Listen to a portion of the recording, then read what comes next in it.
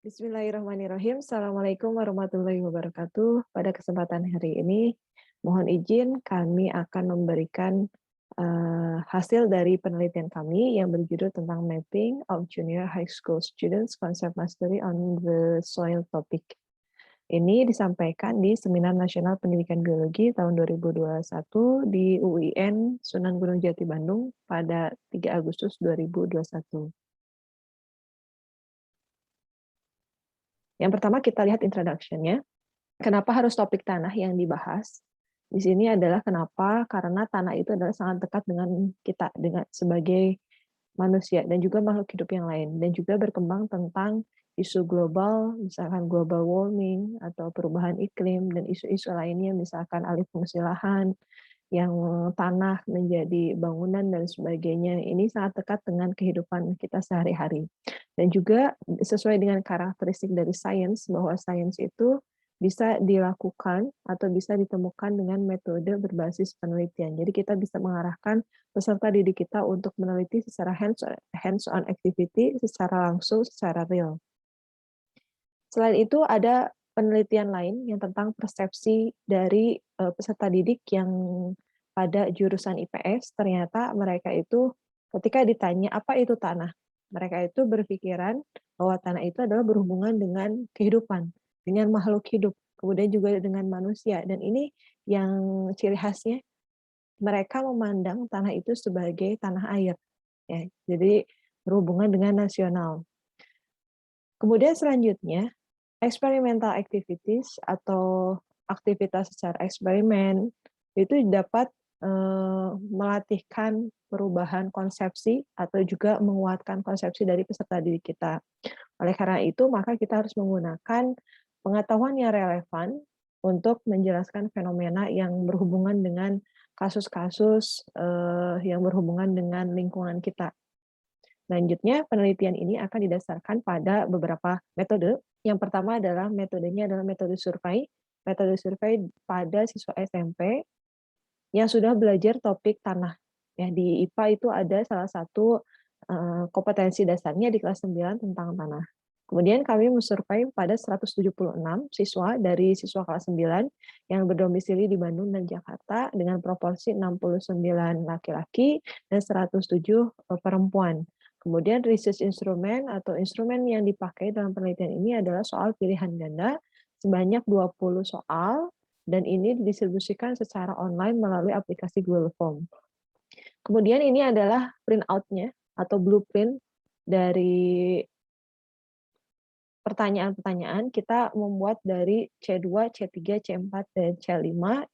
Kemudian ada subtopiknya diambil dari basic competence atau KD, kemudian topiknya adalah tanah dan kehidupan, subtopiknya ada 4, peran tanah, peran organisme tanah, proses pembentukan tanah, dan komponen tanah. Kemudian kita membuat jumlah soalnya sesuai dengan kurva normal, 4, 6, 6, 4, dengan urutan C2, C3, C4, dan C5. Kemudian untuk hasilnya, di sini akan disajikan 3 hasil besar. Yang pertama adalah jawaban benar yang diambil dari peserta didik, ini berdasarkan proses kognitif atau dimensi proses kognitif. Yang kedua adalah jawaban benar berdasarkan subtopik yang tadi 4 tadi.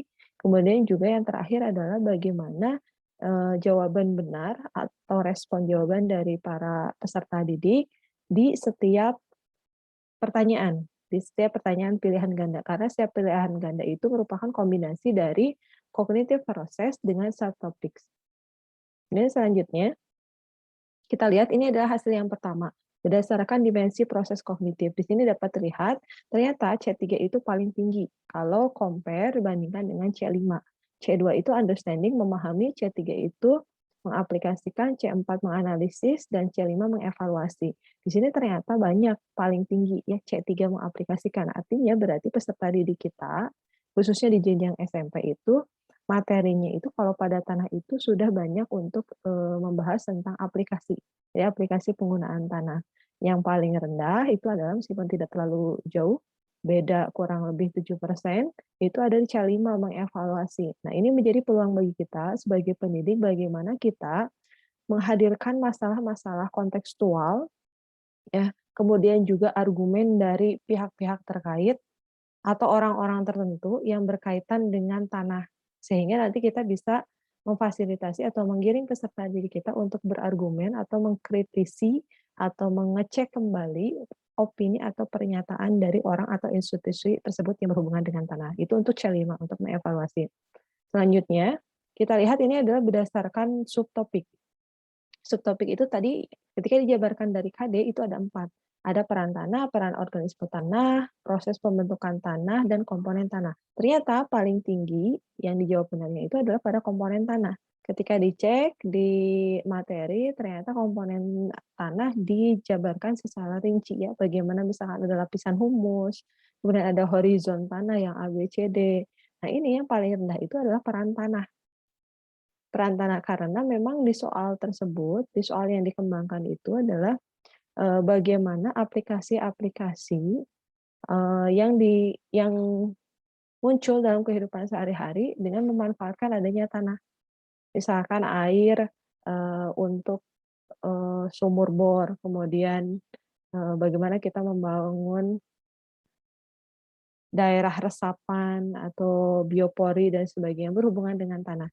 Jadi ini adalah membuat peluang juga kepada para guru, bagaimana pada para pendidik, bagaimana ketika kita mengajarkan, kita langsung mengaplikasikannya. Jadi peran tanah itu seperti apa? Jadi tidak hanya menjabarkan tanah itu adalah komponennya adalah dan sebagainya. Ini adalah peluang kita bersama. Selanjutnya kita lihat ini adalah hasil yang terakhir, bagaimana kombinasi dari 20 soal tersebut, di mana masing-masing soal itu adalah kombinasi dari proses kognitif yang menurut taksonomi Bloom, kemudian juga subtopik. Ternyata di sini paling rendah itu ada di C2 RS. C2 itu berarti artinya pada jenjang C2 understanding, tapi RS berarti role of soils tadi ya singkatannya. Jadi peserta didik masih belum terlalu memahami bagaimana peran tanah yang betul-betul dapat dilihat atau diidentifikasi ya dalam kehidupan sehari-hari. Dan ini yang paling tinggi itu adalah C2 SC.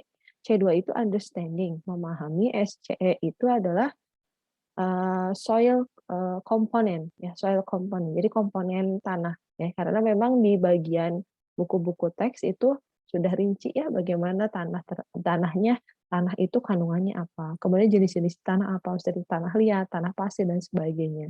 Kemudian hasil ini memberikan kesimpulan bahwa ya pada konsep tanah itu yang paling tinggi itu ada di C3, yang paling rendah di C5. Kemudian kalau berdasarkan subtopik, maka komponen tanah itu yang paling tinggi, kemudian peran tanah yang paling rendah.